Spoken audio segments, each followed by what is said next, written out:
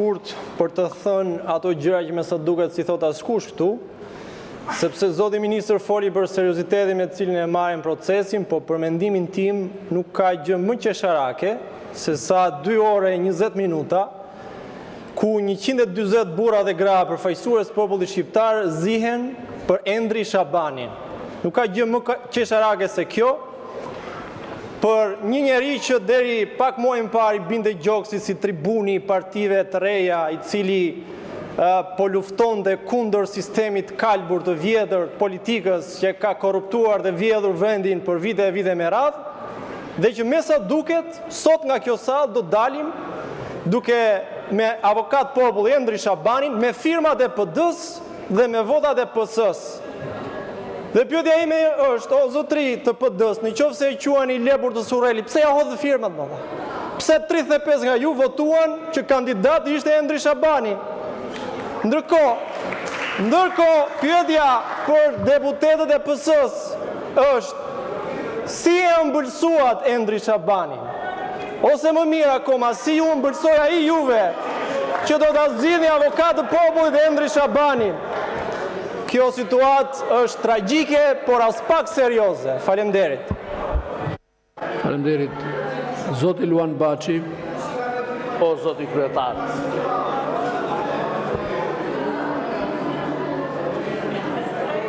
Ky avokat i popullit doja të bëja një pyetje zoti kryetar. Zgjidhet me firma apo me vot? Pra avokati i popullit do zgjidhet me vot.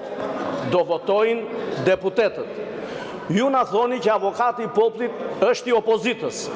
Opozita po ju thot që ne nuk të votojmë atë emër që ju doni të bëni kandidat dhe ta ktheni në avokat popullit. Pra nuk është kandidat i jonë. Firmat nuk të zgjedhin, votat të zgjedh. Në fund të këtij procesi do dal një avokat populli i zgjedhur me votat e Partisë Socialiste. Ju kërkoni ta shisni te qytetarët, tek opinioni, te ndërkombëtarët, si avokat të popullit që e zgjedh opozita. E ka sjell opozita, nuk po e sjell opozita, është kaq e thjeshtë kjo. Po bëni diversion, po mirëni të gjitha pushtetet, sinqerisht unë personalisht po them një gjë. Madje disa kolegëve të mi u kam thënë që kot e bëjnë të luftë, lereni ta marrin edhe avokatin e popullit se ai kot është aty, s'bënojnë punë. Absolutisht. Dhe më mirë që e mirëni në këtë formë, është avokati juaj, të bëj avokatin tuaj, ndoshta do jetë i fuqishëm ky zoti Shabani, unë jam i sigurt që zoti Shabani na ndjek tani, është para televizorit dhe na ndjek në këtë sallë gjithë diskutimet që bëjnë këtu. Madje përfitoj nga rasti të bëj një thirrje. Nëse do të ketë pak dinjitet, me gjithë këto diskutime që bëjnë këtu, duhet të jepte dorëheqjen, thotë nuk jam kandidat për të votuar, për arsye se ata që kanë firmosur nuk më duan, nuk thonë që nuk është avokati jonë. Ka që shumë e thjeshtë situata. Por, pa moraliteti këtu është i përbashkët, është një lojë që keni bërë dhe shumë e pistë, mua më vjen keq për shumë kolegë të mitë që argumentojnë juridikisht këtu se sa e drejtë është kjo, pak rëndësi ka. Në këtë parlament është çdo gjë e drejtë që thotë Edi Rama. Në këtë parlament nuk ka ligj, nuk ka kushtetut, ka thjesht urdhër dhe bindje politike.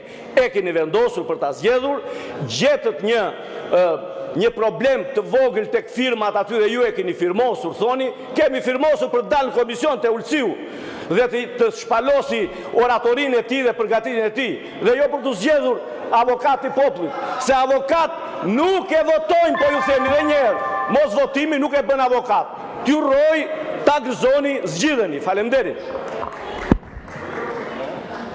Faleminderit. Fjalën e ka zoti Klevis Balliu, pas zotit Tedi Blushi.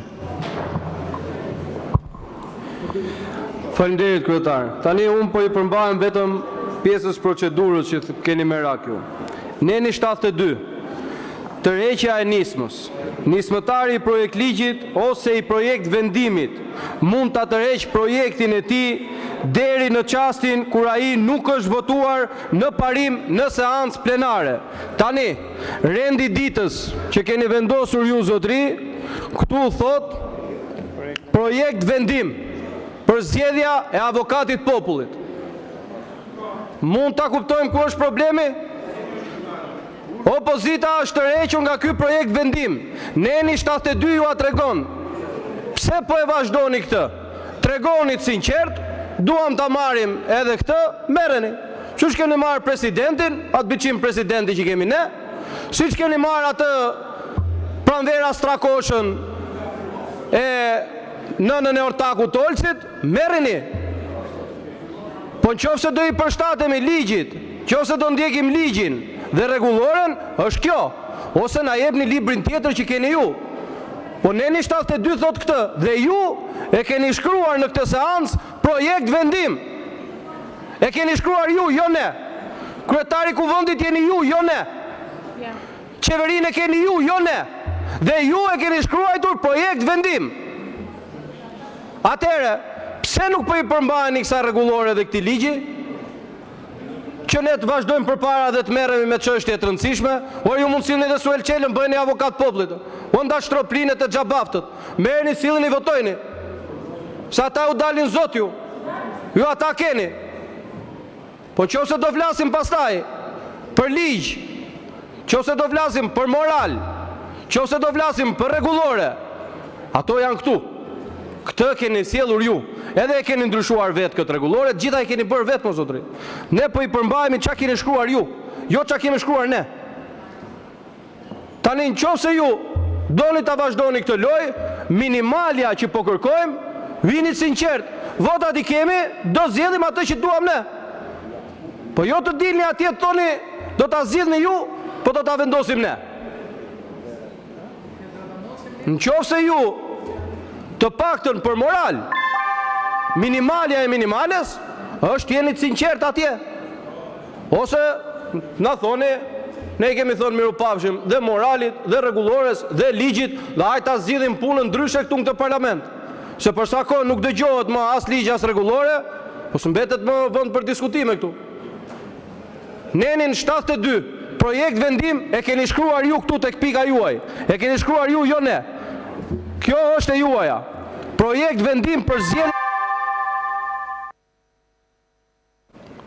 Fjalën ka zoti Tedi Blushi. I nderuar zoti kryetar, unë po e filloj nga një sugjerim që na dha një kolegu juaj, i cili kujtoi shprehjen e të ndjerit Fatos Nano, ne socialistët lëshojmë pushtet për të ndërtuar shtet. Në fakt ju sot po dëshmoni që doni të kapni të gjitha pushtetet për ta shkatëruar një herë e përgjithmonë shtetin.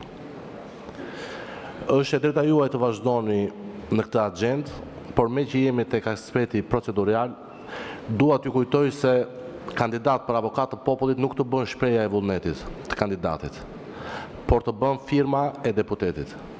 Deputetet janë të rrehequr, deputetet e opozitës, nga të gjitha firmat e dhëna në mbështetjen e kandidaturave.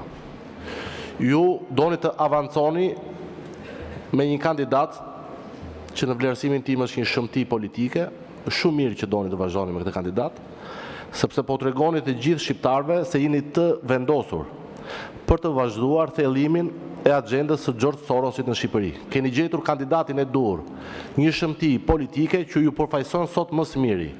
Megjithatë, unë mendoj se këto 2 orë të djegura për një debat shterp, pra ju jeni të vendosur për të kapur të gjitha pushtetet për të shkatruar shtetin, por të paktën duhet të diskutonim për buxhetin e vitit të ardhshëm, sepse kjo çështje besoj çështje vullneti politik, kjo e avokatit popullit. Nuk është çështje procedurale. Doni ta kapni këtë pushtet. Kapeni, keni zgjedhur shëmtirën më të denjë që ju përfaqëson ju dhe agjendën tuaj, agjendën e George Sorosit.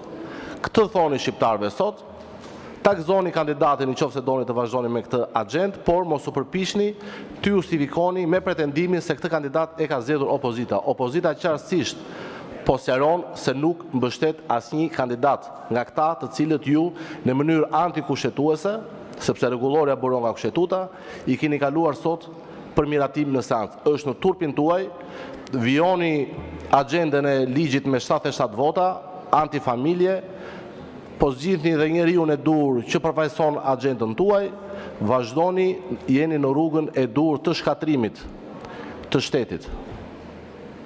Megjithatë, dua t'ju kujtoj që është momenti për të folur për shqiptarët dhe jo për shëmtirat politike dhe njerëzore që doni t'i paraqesni për avokat të popullit. Ju sot nuk po miratoni avokatin e popullit, po miratoni avokatin e djallit, sepse agenda Soros është agenda e djallit, po miratoni avokatin antifamilje, avokatin që do miratoj të gjithë shkeljet e lirive dhe të drejtave të njeriut. Faleminderit. Faleminderit, kalojmë në votim në diskutimet pro dhe kundër. 10 minuta, dëshiron njëri të flas pro kërkesës për heqjen nga rendi i ditës zonja Tabaku.